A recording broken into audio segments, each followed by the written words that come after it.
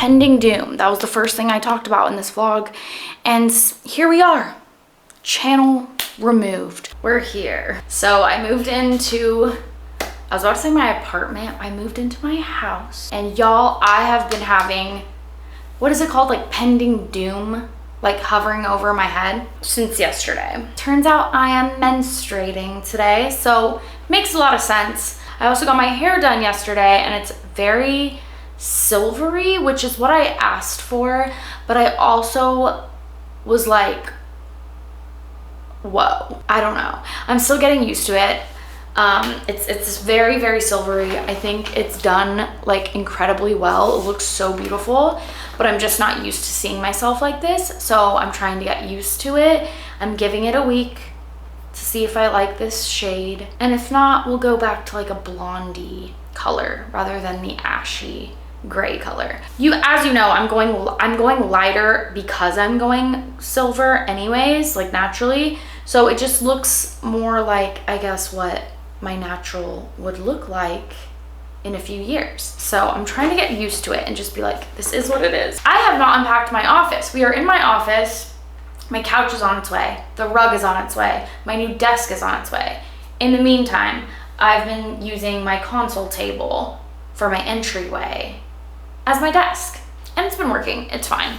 Here it is. It's working. It's not perfect, but so far, this is the mess that we are working with. I am pleased to announce that our kitchen has arrived.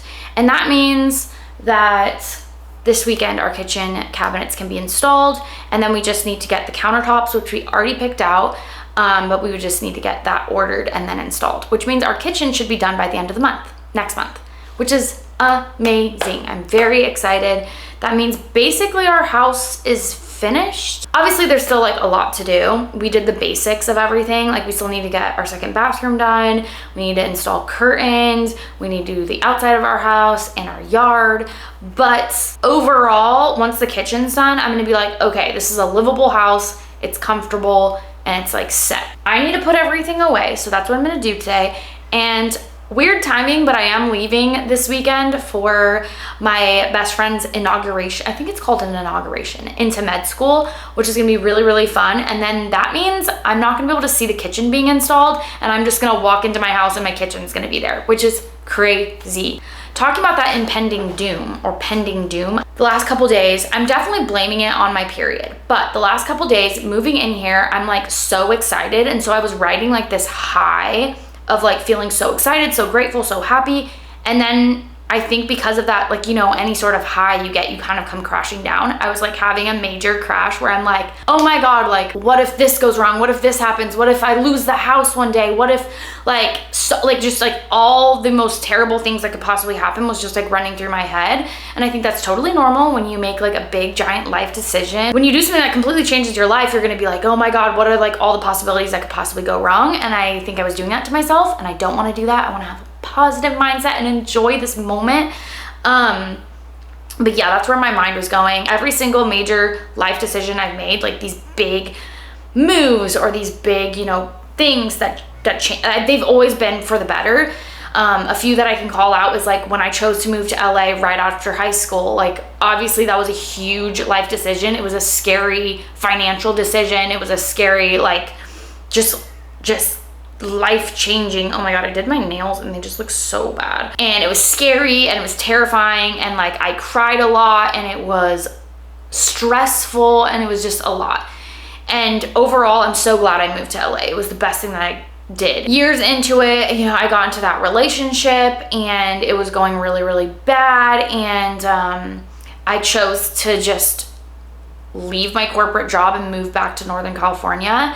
And that was a super scary decision, again, financially and just like life choice wise. I think financially comes up a lot because obviously this was a big fucking purchase. But yeah, financially and everything, like that was a huge decision to just quit my corporate job and move back home with no plan. And back home meant I got my own apartment somewhere. You know what I mean? My family, as you know, my dad passed away. My mom doesn't live back home. So I just moved into apartment and I had no income and nothing. And like, it was a very crazy decision. but it turned out where it led me to what I'm doing now. It led me to like the best thing that I ever could have done for myself in overall, like financially, but also emotionally, and for like my mental health. Like what I do now empowers me, makes me feel so strong and independent and like happy. So that was such a huge change that led me to like great things. And then moving back to LA was a whole nother thing, and like meeting Daisy and getting married and now like buying a house. Like it just is so it's like such amazing things. But I think that change sometimes, and like I said, like having that high and then like huge changes, you just come crashing down and you're like, whoa, a lot is happening, this is kind of scary. And so that's where I was at yesterday. But even talking about it now, like I feel so much better. I worked out this morning. Like what? Who am I? And that made me feel really good. And Daisy's like, you need to work out again. Like not because of like, you know, you need to, but because like mentally you're just so much better after you work out. And I was like, yeah, that's true. Okay, so I'm gonna do this now. I'm actually gonna work. I'm actually going to get this shit together. I'm actually going to put my stuff away. Okay. Y'all, I started this vlog and I let you know that I was feeling this pending doom. That was the first thing I talked about in this vlog.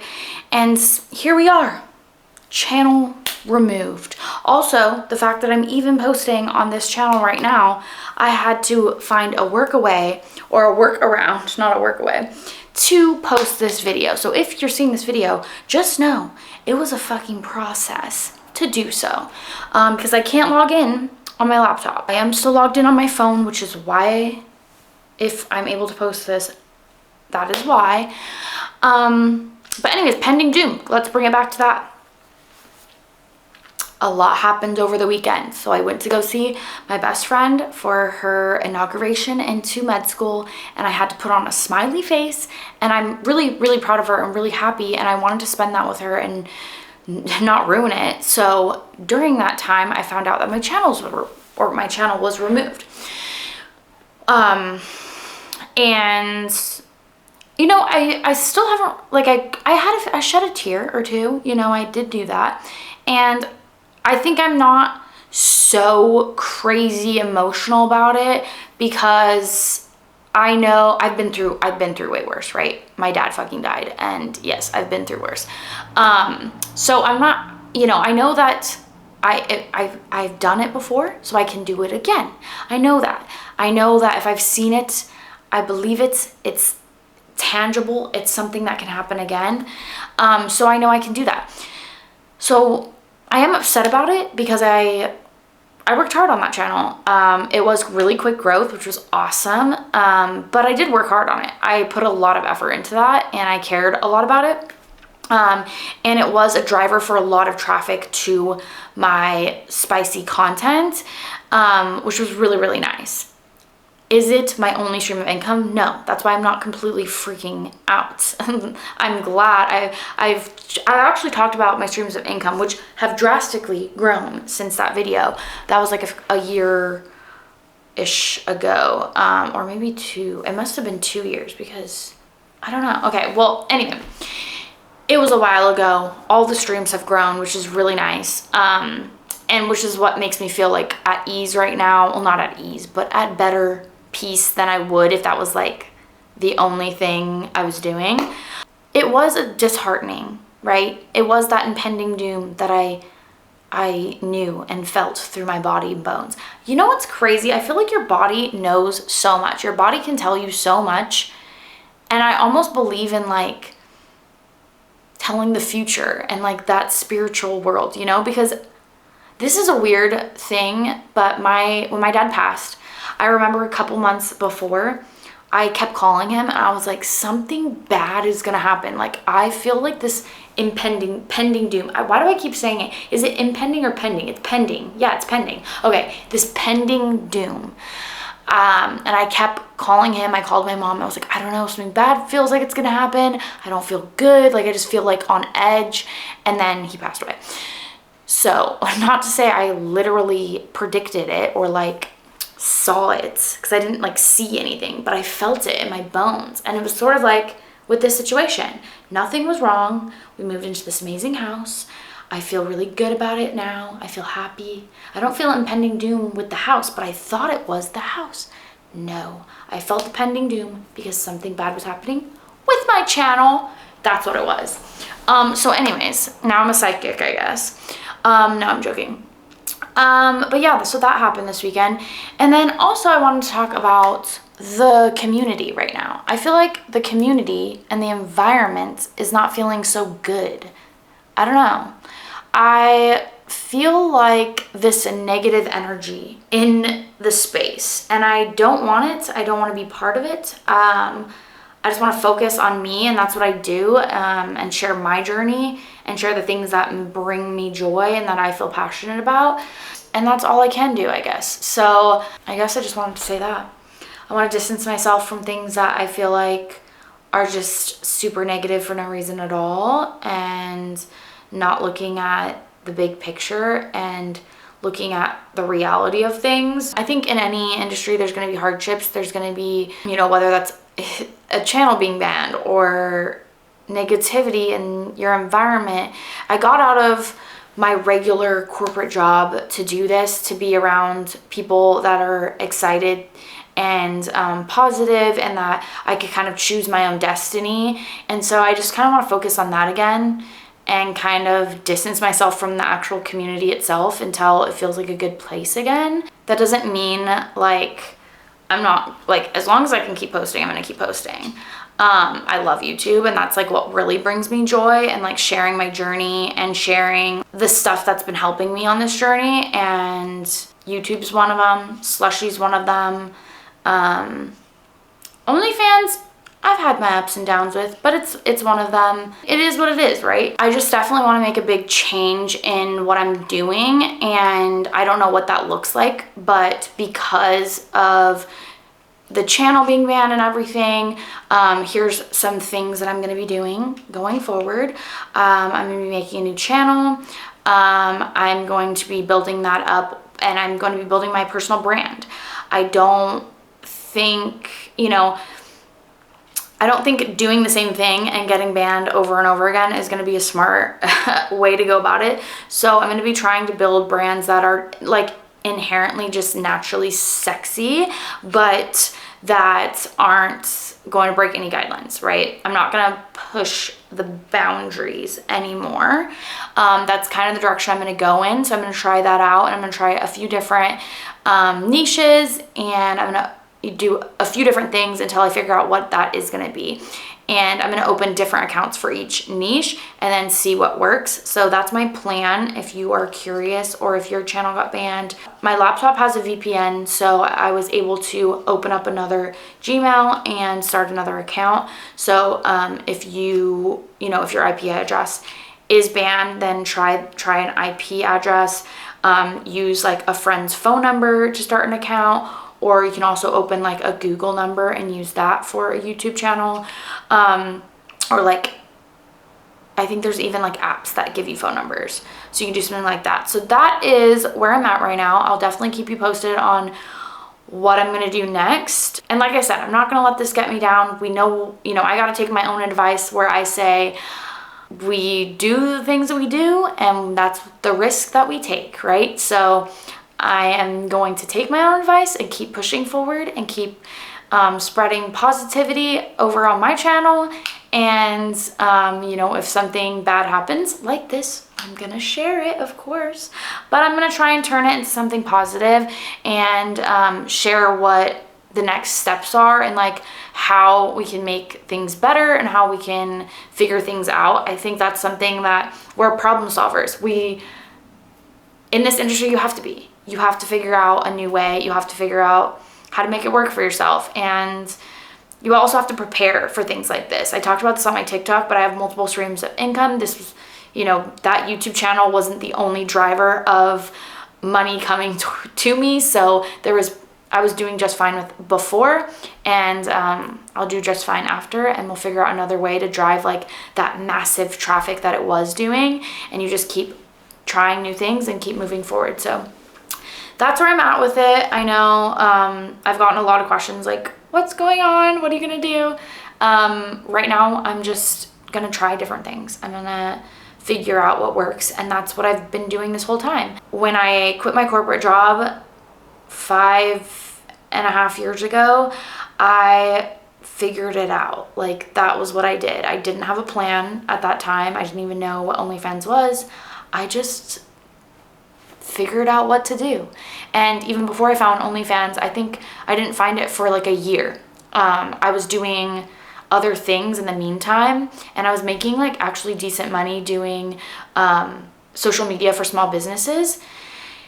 I was getting by, right? It wasn't massive amounts of money, but I was getting by. And I think I just have to take that same mindset that I've had my whole life. I think one thing that I'm really grateful for, even though my life has been hard, is because I've always had to kind of figure shit out, I know how to problem solve. Yeah, I had to start working when I was in high school because no one was taking me to school. So I had to figure out how to get to school. I had to figure out how to get a car. I had to figure out how to supply it with gas. And I had to figure that shit out. And I did. So I think that's one thing that I am grateful for my past, is that I'm a problem solver. I can figure anything out. I can make anything happen, and I know that I can do it all on my own. And I definitely think you need community that helps you, because when I say all on my own, I will put in the work, but I think community is so important in anything that you do. And having, even when I figured out how to build that business before I started doing this type of work, when I was doing social media for small businesses, it was networking, it was finding community, it was finding people who knew people, and doing that. So I do think that's super important. And as I said, I'm going to be stepping back from too much involvement in the community right now, just to let everyone kind of figure out what they're doing and focus on their goals, and then involve myself again. But I think right now it's just like, focus on the goal, do the goal, don't worry about anything else. And that's where my head's at, and that's what I want to do. And yeah, that's where I'm at right now. I just thought I would let you know. Also, my office is done. Should I give you a little tour? This is my office. It's kind of ironic, both of my YouTube plaques came, and then now the channels are gone. But this is my office. This is a little detail I just I'm so excited about and have to show you. Look at this. I got these glass doorknobs, and I think they're so cute. Okay, so let me show you from this angle over here. So this is what you see. I don't have a door yet, but I think I'm gonna do French doors, since this is like a big open space, and this does pull out into a bed. So it is a guest room, so I need doors here or something, just for privacy for them and for myself when I'm like on meetings and calls. Daisy doesn't want to hear me yapping away. So I found this rug and I'm fully obsessed. I wanted to find okay, I first found this here. This is the first piece of furniture I got for this room. My sister got me this potato. Anyways, this is the first piece of furniture I got, and I actually wanted a stool that had gingham pattern, green gingham right here on the top. But I found this, and I was like, wow, that's really close to what I wanted. I can always just reupholster the top if I wanted to. But then I found this, and I was like, this is so cute together. Look at this rug. It's a rounded rug. I'm obsessed. This is a mess. Don't worry about this. I need to put it in there. This is a vintage Beverly Hills Hotel lamp that Daisy got for me. I'm obsessed. Thank you, Daisy. Got the couch that pulls out into a full bed. I wanted a full bed couch because I didn't want a queen, because I thought if I get doors, those are going to swing open right here, and there is a perfect amount of space. Look. Do you see that? Because that's halfway. That's halfway. So this fits perfectly. Okay. I also got this piece of furniture. Oh, this might be the first piece of furniture I got at the restoration hardware. Restoration hardware, is that what it's called? Outlet. Got that. So cute. This was in our bedroom before. I don't know. It works. It works in the room, so I just put it there. I'm gonna hang that mirror right there. Here's the little desk that I got, and Daisy's manager gave us this chair because he had an extra one, or he got like black ones for his table. So he had this like white one and he was like, I don't know what to do with it. And I was like, this is perfect. So I got that. Look at this trash can I got. I'm obsessed. And here's me, comfy in my sweats. And yeah, and then I have like a bunch of flowers from our last place. And this is my little desk. Oh, I got this coaster this weekend. It's Snoop Dogg. I'm obsessed with him. I love him. And that is that. So thanks for watching this video. I know it's like kind of a weird update and probably you're very confused. I feel like I'm confused, but we'll figure it out together, and I will keep you updated on everything that I'm doing and everything that I do going forward. I'm just gonna keep doing me. I'm gonna open up some new accounts, like I said, and start posting and start building and just keep moving forward, really. Like, that's all I can do. I am posting on TikTok more and I'm posting reels more, so I'm gonna start doing that more. But like I said, I don't think I'm going like the sexy route anymore. I'm going like inherently just naturally sexy, like, oh, I'm wearing a low cut top, like, ooh, but I'm talking about something completely different because I think that's the way to go. I just want to build up my normal brand, like a self brand, and that's what I was doing from the beginning, and that was working just fine. So that's what I'm gonna do. Obviously those like try on channels were just giving like such a big boost that it was worth it for the time being and everything, but I just don't want to end up in the same place over and over again.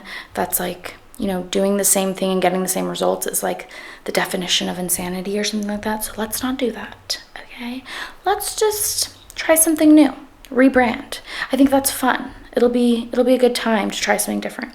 I'll keep you posted. Thanks for watching. Talk to you later.